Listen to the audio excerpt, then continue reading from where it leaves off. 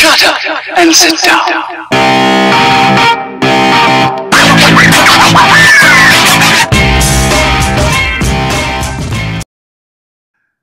Salut tout le monde, un autre épisode de Ensemble, on va plus loin, une autre saison, un autre épisode.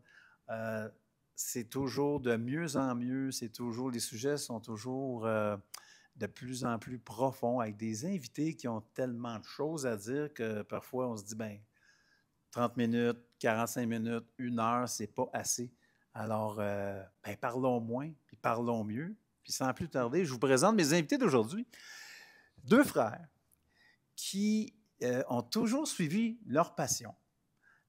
Et depuis maintenant un certain nombre d'années, ils portent à bout de bras un projet qui s'appelle Matériel roulant 63, donc MR63, d'où d'où la chemise que vous voyez ici. On va en parler tantôt, mais vous allez voir, c'est vraiment, je sais que beaucoup d'entre vous qui êtes à l'écoute, vous étiez présents lors du dernier événement qui a eu lieu à Montréal. On était, rappelez-nous, ça avait lieu quand? On était 500 à Arsenal le 22 août 2024. Et c'est ça, c'était une soirée bénéfice où la nourriture était délicieuse, les drinks étaient délicieux et la partie musicale était extraordinaire avec une autre qualité modèle, entre autres artistes. Alors, mais sans plus tarder, je présente mes invités. Alors, j'ai les frères Morin-Bordelot et Frédéric et Étienne. Donc, bienvenue à l'émission. Salut Guy, ça va bien? Ça va très bien. Salut. Salut. Là, vous, je comprends que vous êtes des entrepreneurs, vous êtes dans le domaine depuis quand même plusieurs années. C'est à partir de où cette passion-là pour les trains? On va commencer par les trains. Je pense que, en fait, c'est toujours le véhicule de tête qui a traîné tout notre projet là, pour ne pas faire de mauvais jeux de mots avec les trains. Mais en même temps, je pense qu'à chaque fois qu'on peut faire des jeux de mots avec les trains, on va le faire. Pour ma part, je trouve ça le fun parce que j'en reparlais justement il y a quelques jours avec quelqu'un aussi. On est entrepreneur, mais puis la mini-aparté, c'est que pour moi, je trouve que je suis entrepreneur par nécessité. L'entrepreneuriat est un véhicule pour moi pour compléter une œuvre, une création qui est ce projet-là, qui est MR63, qui est la sculpture de wagon, puis qui l'amène. Fait personnellement, je suis entrepreneur qui est comme un outil pour accomplir un besoin créatif.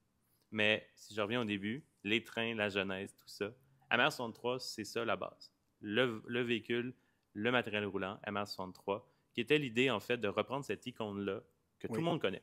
Tout le monde a déjà pris le véhicule, tout le monde a déjà pris un métro bleu, a déjà eu un revenir du cégep ou aller dans une soirée avec le métro, emmener les enfants au hockey. Il y a plein de façons. C'est un objet que tout le monde connaît et est représentatif, qui a créé Montréal un peu aussi en tant qu'au début de l'Expo, qui a été le premier véhicule de métro, le 63, date de design. On part de cette idée-là, puis on construit un projet avec ça. Et le métro aussi avec sa musique tellement distinctive. Et voilà.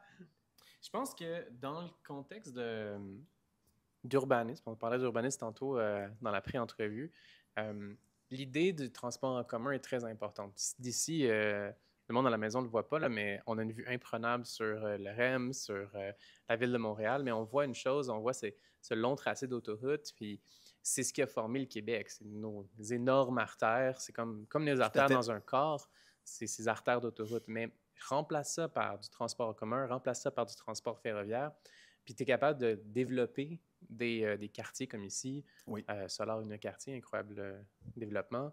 Tu es capable de développer des villes de manière beaucoup plus dense, beaucoup plus intense, puis tu es capable d'accumuler beaucoup plus de prospérité dans ces villes-là.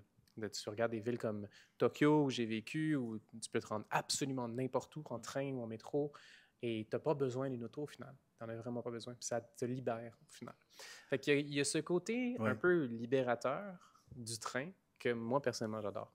En fait, tu parlais de Tokyo, on va parler aussi de toutes les autres grandes villes qui ont le train, que ce soit Paris, New York, Moscou, etc. Ouais. Et le concept de la ville, ville 15 minutes, ça doit être le bon terme. Là. Tout à fait. Tous les services, les biens et services devraient être à 15 minutes de marche, j'imagine. On ne prend pas la voiture pour la ville de 15 minutes. Là. Exact. Donc, c'est un concept, ça, c'est pas nous qui l'avons inventé. Puis on est timide à l'adopter, je pense. C'est des urbanistes qui l'ont inventé. C'est surtout Anne Hidalgo, la mairesse de Paris, qui l'a un peu développé, qui l'a popularisé. notamment parce qu'il y a quelques années, elle a déclaré que Paris serait une ville de 15 minutes. Valérie Plante, ça n'a pas pris bien du temps, 1 an ou 2 plus tard, qu'elle a repris cette idée-là. Puis depuis, ben, ça s'est repris partout dans le monde aussi. Dans les villes où est-ce qu'on veut densifier, où est-ce qu'on veut avoir plus de gens dans des plus petits espaces. Ça permet à des organismes culturels comme les nôtres aussi d'exister. Parce que c'est beaucoup plus difficile d'avoir des développements culturels dans les villes qui sont très éparpillés, parce que sinon, ça prend beaucoup d'autoroutes. Là, t'es pogné dans le trafic pour aller à ton show de théâtre, puis il faut que tu parques. Après ça, tu rentres dans le grand théâtre, puis là, tu vois ton show, puis après ça, faut que tu partes, tu peux pas boire, etc. Donc, ça devient compliqué. Et voilà, ça, c'est si on arrive à l'heure. Oui, c'est ça, exactement, à cause du trafic. Donc, dans ce contexte-là, la ville de 15 minutes, tu peux avoir un petit théâtre dans chaque place. Oui. Puis il y a assez de monde pour y aller, puis pour le garder en vie. Ça devient extrêmement le fun. À taille humaine. Oui, exact. Je pense que c'est vraiment ça. Puis effectivement, le 15 minutes, c'est 15 minutes de tous les besoins, de nécessité d'une vie. Puis la culture en fait vraiment partie. Quand on construit des nouveaux quartiers comme ça, les gens veulent vivre, ils veulent se déplacer, ils veulent travailler, mais le soir, ils veulent aussi faire des choses, ils veulent découvrir, connaître des choses. Donc, la culture devrait tout le temps être un pilier très, très fort de ce concept de ville à 15 minutes. On doit pouvoir se rendre à tous ces endroits-là et avoir des lieux culturels aussi. Donc, c'est un peu, avec MR63, ce qu'on veut permettre aussi dans Griffintown. On a découvert ce quartier-là il y a 5 ans, on y habite maintenant, on y travaille. Puis on voulait devenir un peu cette offre culturelle-là. Certes, il y en a déjà une qui existait, qui était un peu décentralisée. Il y avait déjà des lieux iconiques comme le New City Gas, Arsenal, Art Contemporain. On veut venir se rajouter à ça puis connecter tout le monde. Ben oui, justement, on peut développer un petit peu sur MR63. Cette idée vous est venue de quoi au juste? Et puis, bon, MR63, vous l'avez expliqué pourquoi, mais pourquoi tout d'un coup se dire, parce que c'est quand même ambitieux comme projet? C'est très ambitieux, puis l'idée est née il y a à peu près 10-12 ans, quand on était encore plus jeunes et insouciants. On prenait le métro, on voyageait le métro, puis on se disait, il connecte tout le monde, il connecte Montréal, on découvre Montréal, mais on regardait par la fenêtre, puis on ne voyait pas Montréal. Fait qu'on s'est dit, comment prendre cet objet-là? On a commencé à entendre qu'elle allait peut-être penser à changer les wagons pour les Azur. Le nom Azur n'était même pas là. Fait comment prendre ce véhicule-là, le sortir de terre, puis lui faire continuer sa mission de découvrir puis connecter Montréal. Fait que c'est parti de là. Avec mon frère, on est parti sur cette idée-là. On a commencé à brainstormer. OK, on prend 8 wagons, on les empile les uns sur les autres. Puis à l'intérieur, ça va être un lieu qui met de l'avant puis qui célèbre la culture d'ici, en art, en design puis en gastronomie. Fait que dès jour 1, mon frère puis moi, du haut de nos 22-25 ans, dans le sous-sol chez notre mère, on est comme, on fait ça, on part là-dessus, un projet 100% local qui parle de culture d'ici, avec des wagons empilés. Puis mon frère est comme, parfait, j'ai un cours en business en ce moment, en 6 mois c'est réglé, on passe à tout le monde en parle, puis on le construit. Yes! 11 ans plus tard. Fait que je pense que ce projet-là est né d'une passion, d'une insouciance positive, mais après on a fait nos classes. C'est bien dit. Et puis aussi, bon, on a le bâton du pèlerin quand on a des projets innovateurs comme celui-là, parce que aussi on travaille avec énormément de partenaires, hein, c'est ça. Et c'est des partenaires institutionnels, gouvernementaux. Il y a beaucoup de décideurs qui sont des élus que parfois ils passent puis ils sont plus là après. Ils vous supportent. Ou, en fait, mon expérience, c'est un petit peu ça. J'imagine que ça ne doit pas être unique à moi. C'est sans dire que ce sont des promesses. Bon, on a il y a des engagements qui sont faits, mais qui ne sont pas nécessairement concrétisés, on pourrait dire ça. Alors, ça prend énormément de courage, puis il faut vraiment y croire. Puis vous avez cette capacité aussi d'aller convaincre des gens que votre mission, votre vision, puis vos valeurs, qu'on va parler dans quelques instants, sont bénéfiques, en fait, pour le plus grand nombre de la population. Puis je pense que, oui, on parle tout le temps de les deux frères dans leur sous-sol, mais MR63, ça fait longtemps que c'est plus mon frère puis moi. Là. C'est un projet de partenaires, c'est des gens qui ont cru en nous, qui ont embarqué avec nous autres, autant les architectes, autant les fonctionnaires de la ville, autant les élus de la ville. Il y a tellement de monde qui sont venus nous supporter, puis on dit, parfait, l'idée est un peu folle, mais on voit que ça a du sens, on embarque avec vous autres, puis on le construit ensemble. Fait que c'est tellement rendu plus grand que nous deux.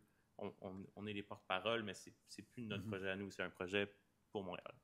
C'est quoi votre feeling quand vous voyez l'évolution du projet MR63 aujourd'hui? Il y a bien des moments où on a pleuré. Hein? Oui, c'est ça que je me disais aussi. Dans le bon comme dans le mauvais. Ouais. Quand on a reçu l'appel de la STM. On l'a filmé, ça. OK. C'était un hasard. OK. Là, mais on était en train de faire un tournage Wow. pour un prix auquel on participait. Mhm. Puis quelqu'un nous a filmé prendre l'appel de la STM qui nous dit « Oui, c'est bon, vous avez gagné le concours, vous allez avoir les voitures de métro. » Puis OK. j'ai juste fait ça à terre. Ah, wow. Ça faisait 4 ans qu'on parlait à la STM, qu'on leur demandait mois après mois, est-ce qu'on va les avoir? Est-ce que vous êtes là? Est-ce que au bout de 3 ans et demi, ils nous disent bon, on va faire un concours. Fait que là, même après 3 ans et demi de temps à attendre, ils nous ont quand même fait passer le même processus que qui que ce soit. Et puis on avait été smart pendant ces 3 ans-là. On avait été voir tout le monde à Montréal, fonctionnaires, élus, amis, les oncles, les tantes, tout le monde, pour essayer de trouver un terrain pour mettre ce bâtiment-là. Puis il y a un maire qui a levé la main, Benoît Doré, de l'arrondissement du Sud-Ouest, qui a dit « Moi, je veux que ça soit dans le Sud-Ouest, on va vous trouver un espace. » À ce moment-là, on était en 2016, 2015. D'accord. Puis Griffintown est en train de grandir, est en train de changer. Lui, il a la vision de dire « On va mettre ça dans Griffintown, ça va créer un cœur de quartier, on va être capable de solidifier tout ce qu'on veut faire là-bas, de faire un quartier inclusif, vert, beaucoup plus ancré dans son patrimoine. » Puis nous, on rajoutait la touche culturelle. Évidemment, comme tu disais, il y avait déjà le Musée Ligas, il y avait la Fonds Darling, il y avait l'Arsenal, il y avait la Poste, il y avait plein d'espaces comme ça qui étaient déjà culturels, mais je pense que nous, on arrive puis on met vraiment du spotlight sur ça.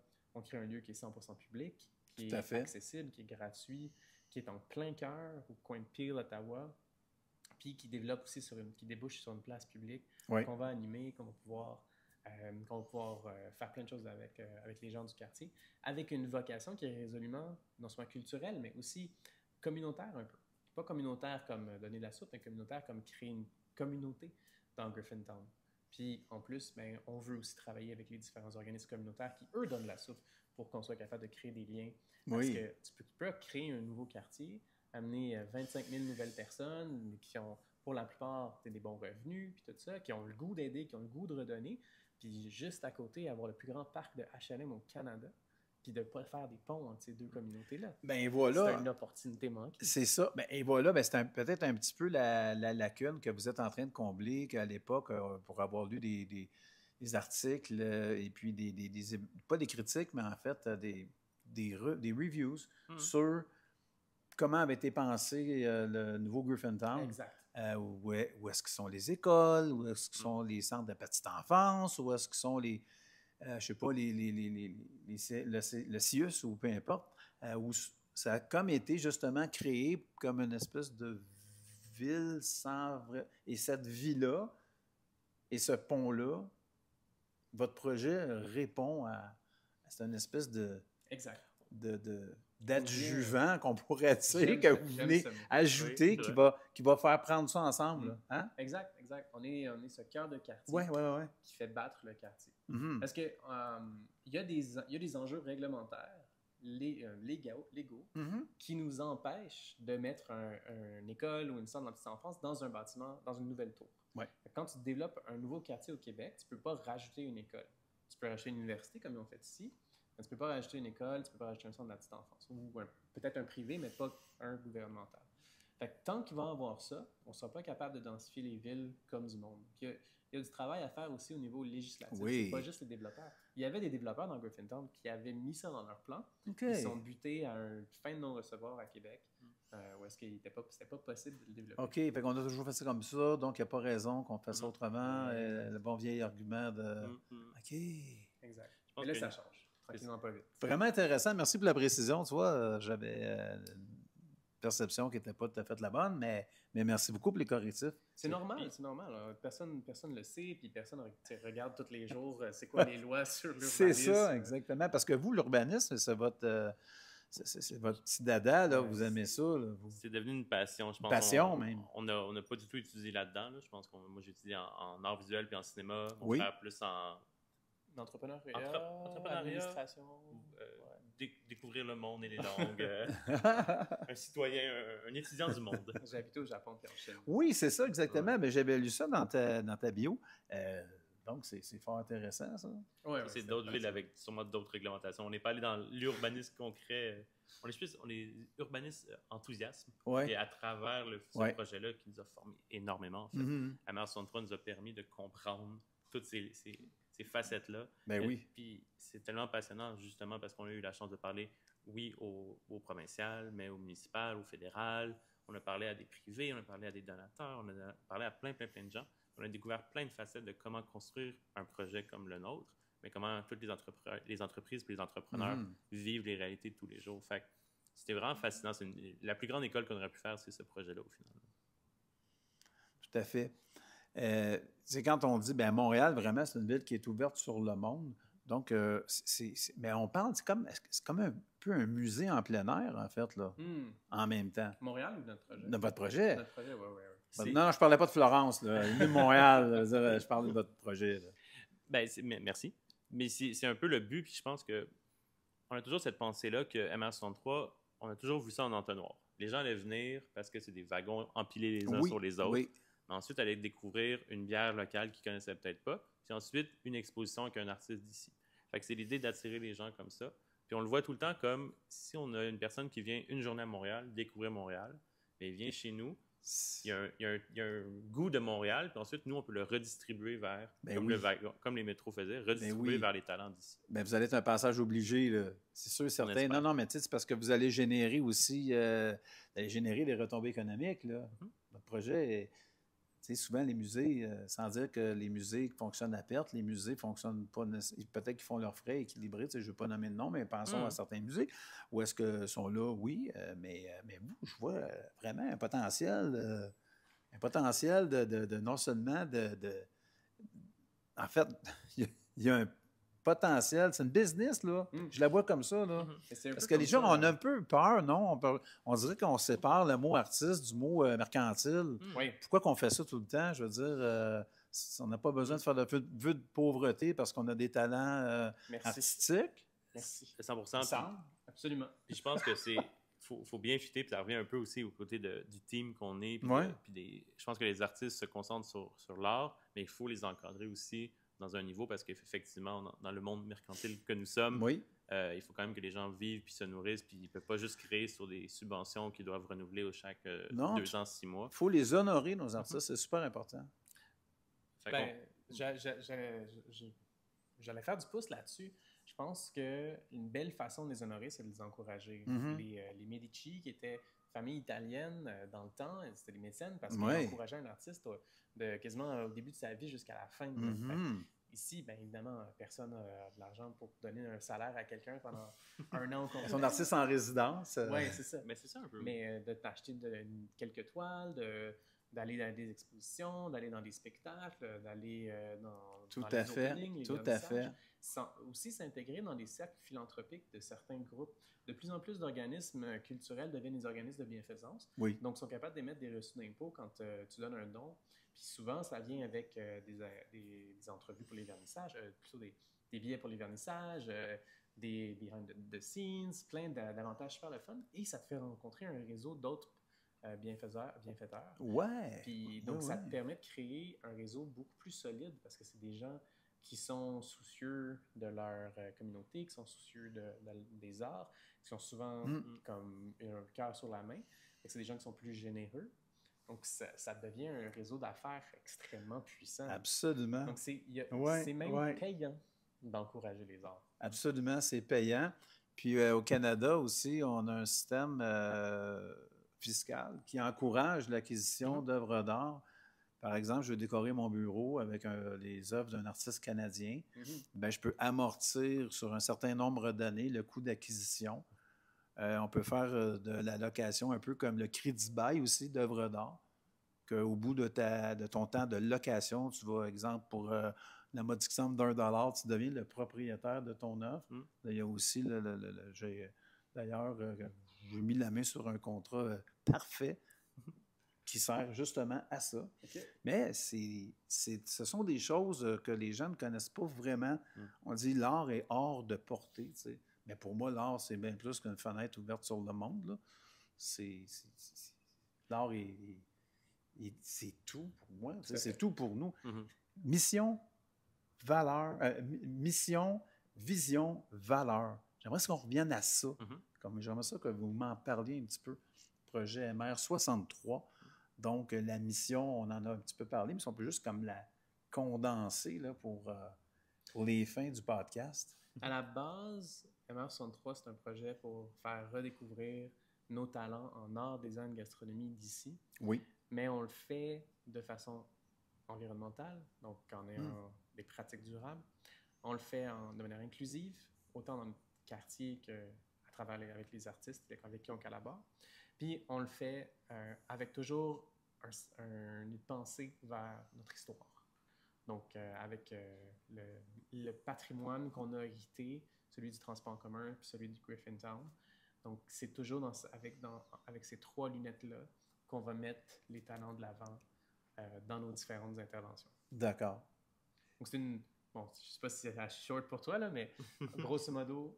Ben, je trouve, en tout cas, c'est sûr que je n'aurais pas pu dire mieux. Là.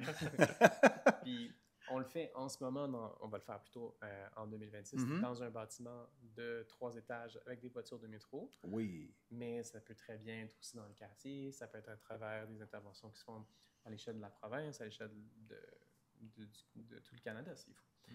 On est un organisme qui a un local, mais qui est capable de faire d'autres choses à l'extérieur aussi. Tout à fait, tout à fait. Puis les valeurs qui sont derrière le projet, c'est des valeurs parce qu'il y a l'élément, en fait, je veux dire, social. Il y a une vocation sociale derrière le projet. Oui, exact. Bien, d'une part, les talents d'aujourd'hui, que ce soit en art, en design ou en gastronomie, ne sont pas dans des situations idéales. Ils sont même, je dirais même, dans des situations précaires. Que la moyenne salariale d'un artiste en 2016, c'est des vieilles stats, là, mais ça ne doit pas avoir beaucoup changé, c'est moins 256 $ par année. Donc, les artistes payent pour être artistes. Les artistes en art visuel, après que tu factor in les dépenses. Ouais. Donc, il n'y a pas assez de ventes pour être capable de justifier être artiste. Donc, la plupart sont profs à côté, ou ils vont faire d'autres jobs. Forcément, tu ne peux pas vivre avec moins 256 $ par année. Donc, quand tu regardes des stats comme ça, tu te dis, ah oui, OK, ben, tu disais tantôt, on n'a pas besoin d'être pauvre pour être artiste, mais le marché n'est pas là. Il faut du support. Les avantages fiscaux, c'est super important. Parce qu'on doit donner des incitatifs aux gens pour encourager nos artistes. Absolument. C'est ça qui fait notre distinction. Là, ça, c'est les artistes d'art visuel. Mais les artistes de cirque, le Cirque du Soleil a laissé aller 90% de tout son monde pendant la pandémie. Oui. Et ils en ont rattrapé une partie, mais c'est pas tout le monde. Les artistes en théâtre, les artistes de danse, c'est super dur. J'ai des amis qui travaillent dans des compagnies de danse, ils exportent toutes leurs shows, ils font plus rien ici. Les festivals ont fait des grosses sorties dernièrement, comme quoi c'était plus tenable d'avoir un festival. Il y en a beaucoup, ils doivent tout être gratuits. Les gouvernements sont de plus en plus... ils vont donner de moins en moins de grosses subventions. C'est ça, ils se retirent petit à petit. Comme on dit, ils ne sont plus là non plus. Fait que tout ce qui faisait cette distinction-là, qui faisait que comme, on est fiers d'être Québécois, on est fiers de vivre à Montréal, est en train de s'effriter. Fait que ça, c'est extrêmement important qu'on se le dise, puis qu'on pousse là-dessus. Ben oui, parce que de toute façon, là, la nature a horreur du vide, donc il y a quelque chose qui va venir remplacer cette trouée-là qui s'est faite, que ce soit là, des pertes d'emplois massives, par exemple, on disait l'exemple du Cirque du Soleil, la baisse des commandites, parce que, bon, les grandes entreprises, c'est pas que le monde va changer, le monde a déjà changé. On se réfère toujours, comme avant Jésus, puis après Jésus. Là, avant la pandémie, puis comme après. Là, il y a tellement d'affaires là, qui ne seront plus jamais les mêmes. Mais ça ne veut pas dire qu'on peut laisser les choses se détériorer juste parce que la pandémie a existé. Au contraire, il faut remettre l'accent. Comme société, on doit se poser la question, est-ce qu'on a aimé ça, être un peuple qui se définissait par sa culture? Puis est-ce qu'on veut continuer à faire ça? Bien, exactement, c'est ça. Mais tu sais, l'État a une certaine... je ne veux pas tomber dans l'éditorial, mais oui, l'État a un rôle à jouer, mais c'est un rôle de facilitateur. Parce qu'il faut que la commande, elle arrive d'en bas. Tout à fait. Tu sais, je pense que c'est tout part de là. C'est bien beau de faire des trucs à grand déploiement. Si personne vient, si personne en consomme, si personne, c'est sûr qu'à un moment donné, on va dire quel est mon retour, moi, en tant que sponsor de tel événement, par exemple. C'est quoi, par exemple, la couverture médiatique que j'ai eue par rapport à...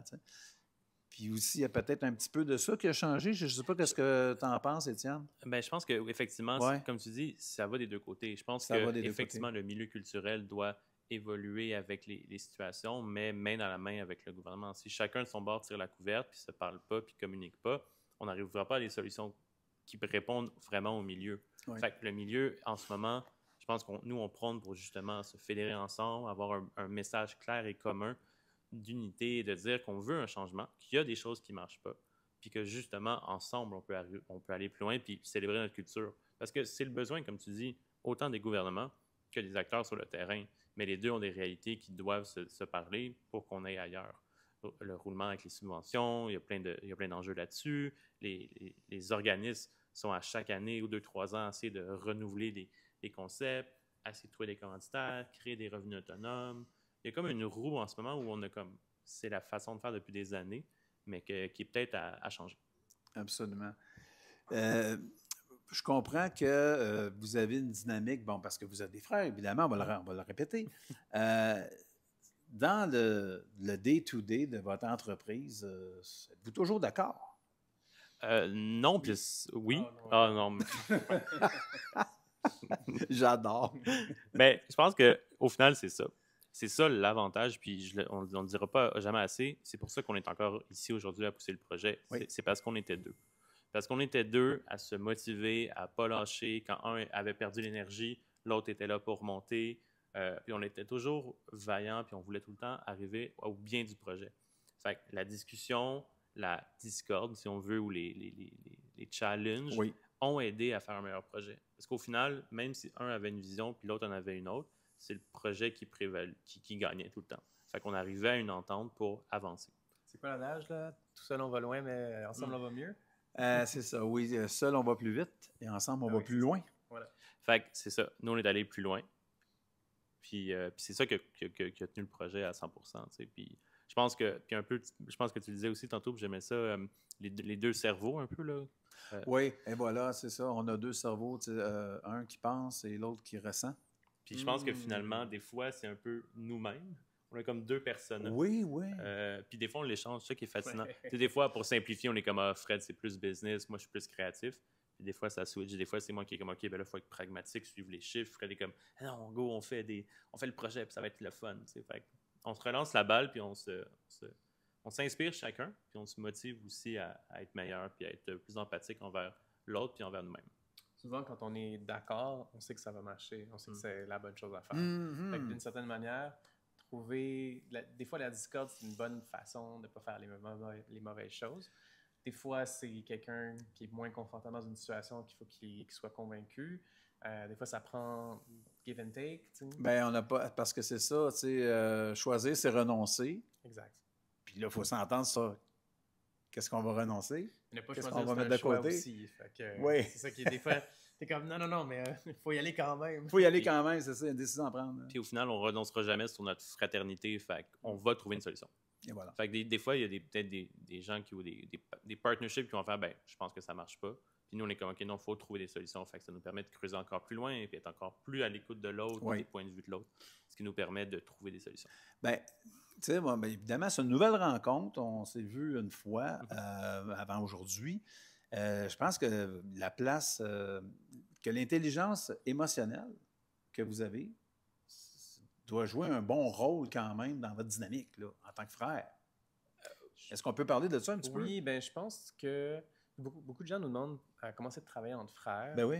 Puis je pense que justement parce qu'on a une intelligence émotionnelle, on a une bonne empathie, en n'étant pas trop avare. On le voit.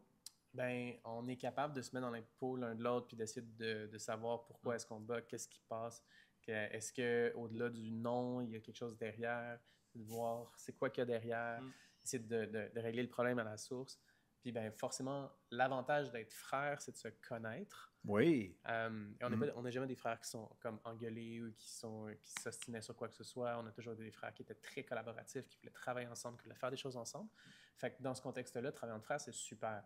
Mais je pense que quand les gens nous posent cette question-là, souvent, ils ont des relations avec leurs frères et sœurs qui sont peut-être potentiellement plus conflictuels.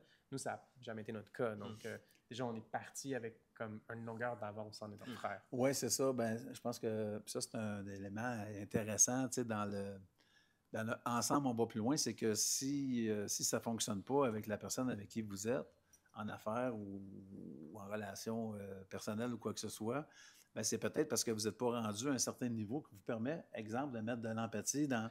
On disait de l'eau dans notre vin, mais tu sais, anciennement, mais de l'empathie, donc être à l'écoute, être capable de se mettre à la place de l'autre. Moi, j'appelle ça la psychologie 101, en fait. Ça. Oui, totalement. Que les femmes ont peut-être un petit peu plus de base naturelle, mais ça, c'est moi qui le dis.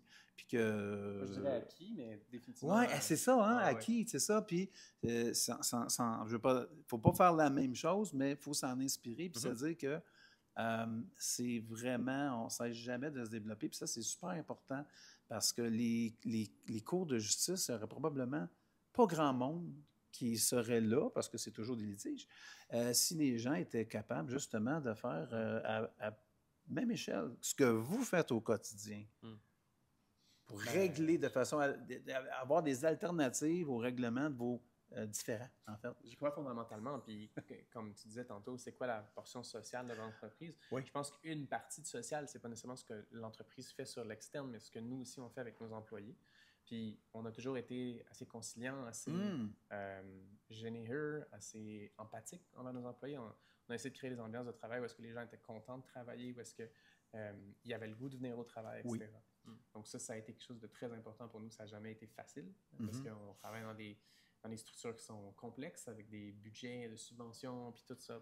C'est vraiment pas toujours les faciles, mais on essaye au moins que les gens soient contents de venir au travail. Puis être honnête un peu dans tout ça. Puis c'est vrai que c'est difficile parce qu'on revient à l'idée on est un organisme culturel quand même. Oui. Ça revient, le nerf de la guerre, c'est quand même les sous, c'est quand même le cash flow, c'est quand même pouvoir tenir ces équipes-là. Puis on peut avoir des bonnes visions, des bonnes valeurs, mais c'est difficile. T'sais. C'est difficile de construire une entité basée sur des subventions ou des roulements, surtout parce que notre projet n'est pas encore sorti de terre. C'est un peu là la particularité de notre projet, c'est qu'en final, pragmatiquement, en ce moment, c'est une idée. Ouais. C'est plus qu'une idée, ça s'en vient, on a les plans et tout, mais on n'a pas de lieu où on peut créer de la richesse, du revenu pour pouvoir soutenir une équipe aussi à temps plein. Fait que c'est un peu une gymnastique aussi financière dans tout ça, de cette réalité-là, de pousser les gens à embarquer avec nous, ça s'en vient. T'sais. Oui. On va parler d'avenir. Parce que hier, l'avenir, c'était aujourd'hui. Donc, si on se place aujourd'hui, l'avenir de MR63, le plan d'action et les différentes étapes à venir, là, se résumerait à quoi? Le bâtiment. Oui, l'évidence, c'est... On est rendu là parce que tu as dit le mot plan, Étienne. On parlait de plan, donc on a les plans. On a un place de vie, on a pratiquement un constructeur qui a choisi, puis dès qu'on a ça, on peut commencer à construire. Ben là, ça va bien votre affaire. Là. Yes. Plusieurs semaines ou quelques mois. Là. No way. Wow. Fait que c'est comme on dit, c'est notre premier projet. On se lance là-dedans. On a fait nos classes. On s'est entouré de professionnels. C'est plus juste mon frère et moi. On est rendu à l'étape où le projet arrive. On a fait notre événement le 22 pour ramasser notre communauté aussi, autant de philanthropes, mais de gens qui nous suivent depuis longtemps, donner un avant-goût de ce que ça va être le bâtiment. Fait la prochaine étape, c'est la construction. C'est là qu'on s'en va. Puis on n'arrêtera pas avant qu'on ait mis la première pelletée de terre. Fait que... Je te dirais, après ça, c'est là que le fun commence. Oui. C'est là où est-ce qu'on va avoir des expositions chaque 3 mois. Parce que les expositions vont avoir des thèmes qui vont être donnés par les organismes avec qui on travaille en collaboration. Ensuite, ces thèmes-là vont être déclinés dans tout le building. Autant la carte du menu du resto, du bar, du café va changer en fonction de ce thème-là. Les œuvres d'art numérique vont changer en fonction de ce thème-là. Les œuvres d'art vivant vont changer en fonction de ce thème-là. La billetterie va changer. Puis tout le lieu va être complètement vivant. Puis tout ça va changer à chaque saison. À chaque 3 mois, le lieu va avoir une offre complètement différente, va amener de la lumière sur différentes personnes, différents thèmes, différents sujets. D'accord. Quand je parlais d'environnement, de patrimoine, puis d'inclusion, ben, imagine un thème là-dessus pendant 3 mois où est-ce que toute l'offre et la programmation est juste basée autour de ce thème-là. On va avoir le temps de le penser, de le repenser. Il va y avoir des ateliers, il va y avoir des conférences sur ce thème-là. Donc, ça va être un lieu qui va avoir énormément d'activités, 400 événements en fait par année. 210 000 personnes qui vont franchir les portes de l'événement 63 chaque année, plus plein de monde qui vont se tenir sur la place publique, qui vont le voir dans cette place-là. Puis, fait qu'on espère que la plupart du monde de Griffintown, les 25 000 personnes qui vont habiter dans Griffintown, vont venir régulièrement pour voir, pour tester, pour goûter les nouveaux produits, pour voir les nouvelles expositions, pour découvrir les nouveaux artistes. Puis ça, ben, ça va créer justement cet engouement dont tu parlais, qu'on a besoin au Québec pour redorer puis redonner notre flamme pour cette culture. Tout à fait. Une espèce d'agora en même temps. Là, 100%. 100%, un agora, un centre un petit peu comme dans la Grèce il y a plusieurs années. Un lieu de rencontre. Exactement.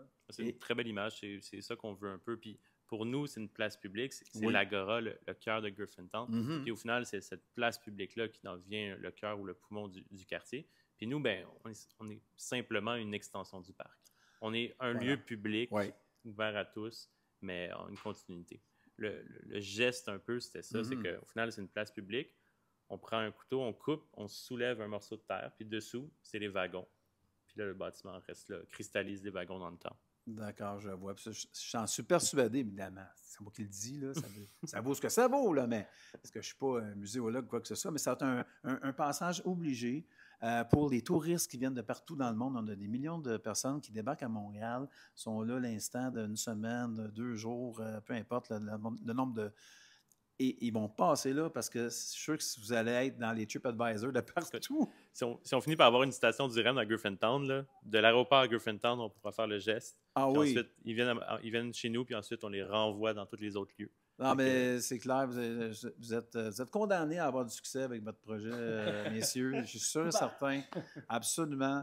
Écoutez, je pense qu'on a eu droit à une solide présentation, un beau projet entrepreneurial de 2 frères qui, depuis des années, n'ont jamais cessé de croire à l'idée de base. En fait, une idée comme ça qui est arrivée, bien, voyons donc, ça avait l'air un peu impossible. Une bataille, la course pour gagner les fameux wagons, où est-ce que finalement vous avez fait du pré-développement, un peu comme en immobilier. On va faire du pré-développement. Donc, avant de construire, on a 36 choses à faire. Vous n'avez rien laissé au hasard. Vous avez travaillé avec plein d'intervenants. Vous n'avez jamais compté vos heures. Vous en avez pleuré à certains, vous en avez ri, vous en avez pleuré. Puis, donc, on est à quelques temps du début de la construction. Puis, on va suivre ça avec intérêt. Puis, vous l'aurez entendu, Ensemble, on va plus loin. C'est que, messieurs, c'était un grand plaisir de vous recevoir. Merci, je suis super content. Mais merci énormément. C'est le plus beau résumé que tu aurais pu faire. C'est exactement ça. Puis on va faire la clip avec tes mots sur nos réseaux sociaux. Absolument. Alors, écoutez, vous avez un site web aussi où on peut aller voir? mr63.ca. Parfait. Allez voir ça. Puis, évidemment, on a parmi les gens qui nous regardent, il y a des mécènes, il y a des donateurs, des gens qui, donc, encore là sur le site, on peut faire un don, il y a peut-être une infolette aussi? Oui, exact. Mais si on donne, ensuite, on va demander d'arriver sur l'infolette. Je pense que c'est aussi un pop-up sur le site web. C'est super important de donner parce que ça nous permet d'accomplir notre mission, ça nous permet d'affiner notre programmation. Oui. Ça nous permet d'être beaucoup plus ambitieux aussi dans notre façon de faire. Tout à fait. 25 $, c'est aussi important que 3 000. On les prend toutes. Donc, tout à fait. C'est que, regardez, clic, soyez généreux. Puis, sur ça, d'ici à la prochaine, j'ai juste un conseil à vous donner. Gardez le sourire. Salut tout le monde. Ciao. Bye. Shut up and sit down.